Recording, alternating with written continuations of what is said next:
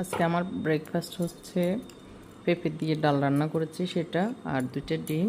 এখান থেকে একটা শসা খাবো, সারাদিনে এই 3টে শসা খাবো। আর হচ্ছে এখন পেঁপে দিয়ে ডাল রান্নাটা খুব মজা হয়, খেতে ভালো লাগে, এটা করেছি। আর 1 কাপ ব্ল্যাক কফি খাবো, সকালের নাস্তা এটাই। আসসালামু আলাইকুম, কেমন আছেন সবাই? আশা করি আল্লাহর অশেষ রহমতে আপনারা সবাই ভালো আছেন। আমি আল্লাহর রহমতে আলহামদুলিল্লাহ ভালো আছি। তো নাস্তা খেয়ে নিচ্ছি। খাওয়ার পরে আজকে প্ল্যান হচ্ছে একটু মতিঝিল আইডিয়ালের সামনে যাব, এর জন্য রান্নাবান্না করে নিব। সেটা আর দেখাবো না, ডাইরেক্ট আমরা এখন মতিঝিল আইডিয়ালের সামনেই আপনাদের সাথে মিট হচ্ছি। তো এই তো চলে এসেছি, এখন বাজে 4টা, সোয়া 4টা। আমি 3টার দিকে বেরিয়েছি। তো আমার বোনের মেয়ে ফারিয়াকে সঙ্গে করে নিয়ে এসেছি। তো শুরুতেই কয়েকটা দোকান দেখেছি, কয়েকটা জিনিস নেওয়ার ছিল, ভাবলাম যে না এখান থেকে নেব না, আর সামনে যদি আরও ভালো কিছু পাই তখন সেখান থেকে নেব। পরে আসার পরে আর কি আফসোস হয়েছে, ওই জিনিসগুলো তো নেওয়া দরকার ছিল, পরে আসবো মানে শেষের দিকে আসবো ভেবে আর আশাই হলো না। রিক্সায় উঠে গেছি, অনেক বেশি ক্লান্ত হয়ে গেছিলাম। তো এখানে প্রথম দোকান থেকে একটা পাপোশ আর যেন কি নিয়েছি, সেটা আসলে কি কিনেছি আর কি আমি বাসায় গিয়ে দেখাবো। তো আসলে বিকেলের দিকে আসলে না এত ভিড় থাকে কিছু দেখারও সুযোগ থাকে না। তো আস্তে আস্তে এখন তো শুরুর দিকে একটু কম ছিল, এই 10 মিনিট 15 মিনিটের ভিতরে এত বেশি মানুষ চলে এসেছে। তো বলার বাইরে, সবাই তো বিকেলবেলা অবসর হয়ে যায়, যার কারণে মানে মানুষ আসা শুরু করে দেয়। তো এই জুটের জিনিসগুলি খুব পছন্দের, তো এই জন্য এসেছি এখানে। বড় যে রাউন্ড ম্যাটটা ছিল ওইটা জিজ্ঞেস করেছিলাম, ওইটা 600 টাকা বলেছে। আর এই রাউন্ড রাউন্ড ম্যাটগুলি যেটা আমার হাতে ছিল এটা অনেক বেশি কোয়ালিটিফুল ভালো ছিল, এটা 150 টাকা চেয়েছে। তো আমার 6টা নেওয়ার ইচ্ছে ছিল, কিন্তু বেশি দাম মনে হয়েছে, এই জন্য আর নিইনি। পরে আরেক সময় নিব, এখন আজকে বাজেটে নাই, এর জন্য আর নিইনি। সব কিছুই তো বাজেটের উপরে নির্ভর করে, অনেক জিনিসই তো পছন্দ হয় আমাদের। প্রয়োজন যেটা সেটা নিব বাজেটের ভিতরে হলে আর কি, আর অপ্রয়োজনীয় তো নিব না। মনে চাচ্ছে তো সবই নিই, তারপরেও ওই যে অনেক সময় আমরা বেশি করে নিয়ে যাই, বা যেটা দরকার নাই সেটাও নিয়ে যাই, কিন্তু ঘরে অনেক সময় পড়ে থাকে।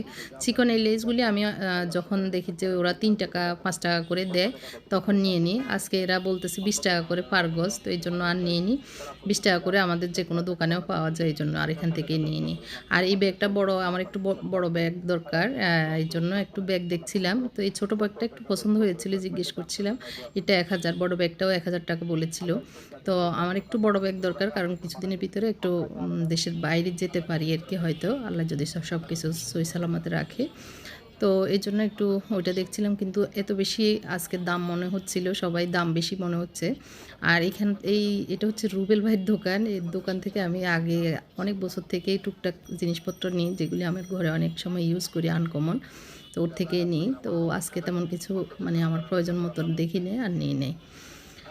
তো যেটা বলছিলাম, অনেক ব্লগাররা ব্লগ করে করে যখন মানুষজন আসা শুরু করেছে বা বেশি মানুষ হয়, এখন মনে হচ্ছে যে এরা খুব দাম বাড়াই ফেলছে সব জিনিসের। তো এই জন্য আসলে সাধারণ মানুষের কেনার নাগালের বাইরে চলে যাচ্ছে জিনিসপত্রের যে পরিমাণ দাম। এই পর্দাগুলি 300-400 টাকা দিয়ে কিনতে পারছিলাম এক সময়, তো কিনেছিলাম আর কি। এখন সবগুলোই বেশিরভাগ পর্দার দাম 1000-এর উপরে, 1800, 3000, 2000 এরকম করে করে এক একটা পর্দা চায়। যার কারণে এখন আর নেওয়া মানে আমার একটু পর্দার দরকার ছিল, তো আর নেওয়া হয়নি।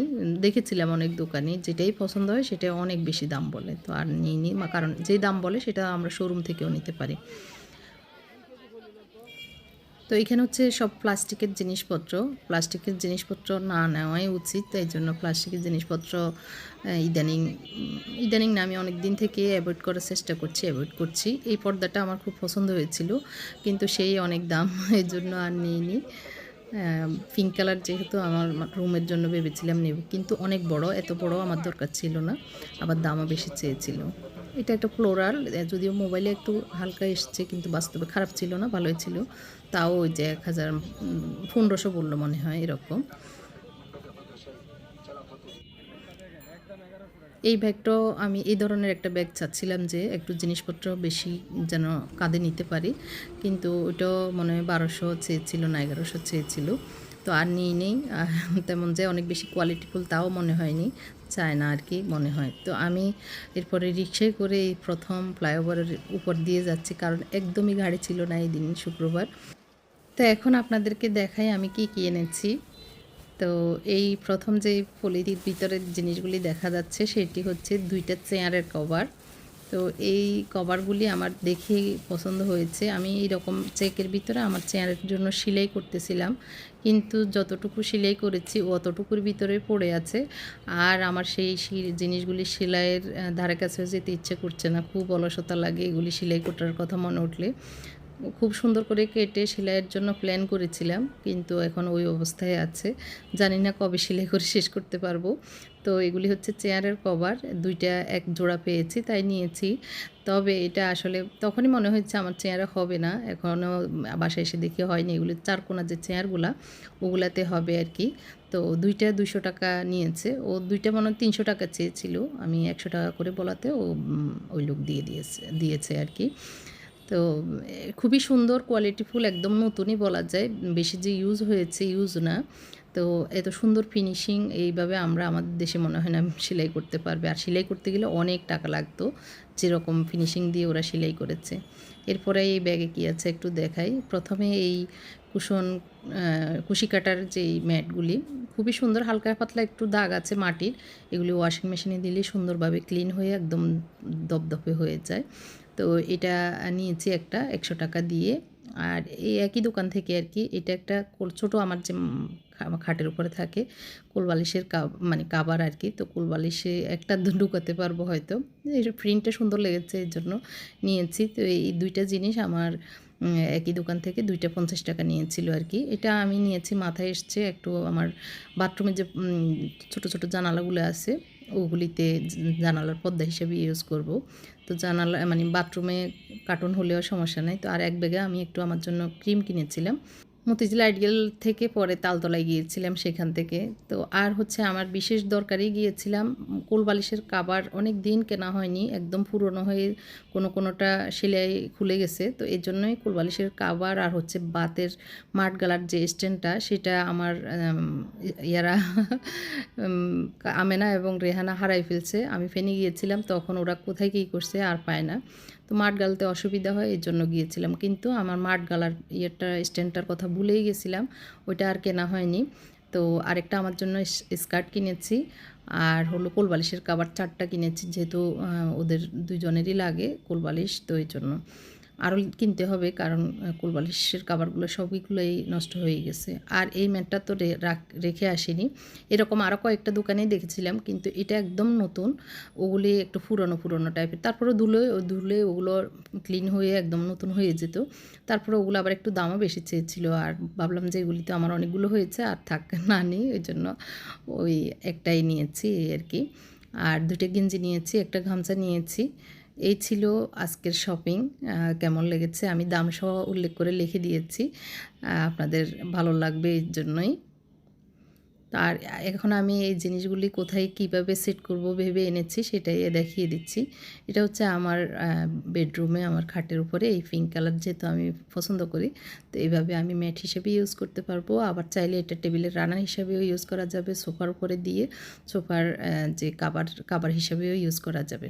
আর ছোটো যে ম্যাটটা, এগুলি আমি আসলে ধুয়ে নিয়েছি, এটা হচ্ছে পরের দিন আর কি ধুয়ে নিয়েছিলাম। তো এখন আমার টি টেবিলের উপরে এটা দিয়ে দিচ্ছি, মাঝখানে এটা দিয়ে একটু অন্যান্য জিনিসগুলো শোপিসগুলি দিলে দেখতে ভালোই লাগবে, এই জন্যই। মাত্র 100 টাকার এই কুশি কাটার যে কাজ, সেটা আসলে টাকার পরিমাপে অনেক সুন্দর। যে কাজ কষ্ট করে করেছে 100 টাকা তার চেয়ে কিছুই না। এরপরে এই হুকগুলা লাগবে, আমি ওই যে ছোট্ট একটা পর্দা এনেছি, পর্দা ভেবে, ওইটা আসলে কি ওদের ছিল জানি না, আমার মনে হয়েছে পর্দা হিসাবে ইউজ করব। হয়তো ওরা চেয়ারের কাভারে এরকম করে হয়তো জানি না কীভাবে। তো আমার কাছে এরকম একটা রোল ছিল মানে কাগজের, তো ভাবছি এটাকেই আমি কাজে লাগাবো। তো হুকগুলো আটকিয়ে নিয়েছি বাথরুমের জানালায় 2 পাশে 2টা, আর এইভাবে আমি এটা দিয়ে জানালার পর্দার কাজ চালিয়ে নেব। তো হয়তো বলতে পারেন কার্টুন মানে ছবি দিচ্ছেন, তো বাথরুমে তো আসলে ওইটা আর অসুবিধা হবে না। আজকের কেনাকাটা সহ আমার ভিডিওটি কেমন লেগেছে কমেন্ট করে জানাবেন।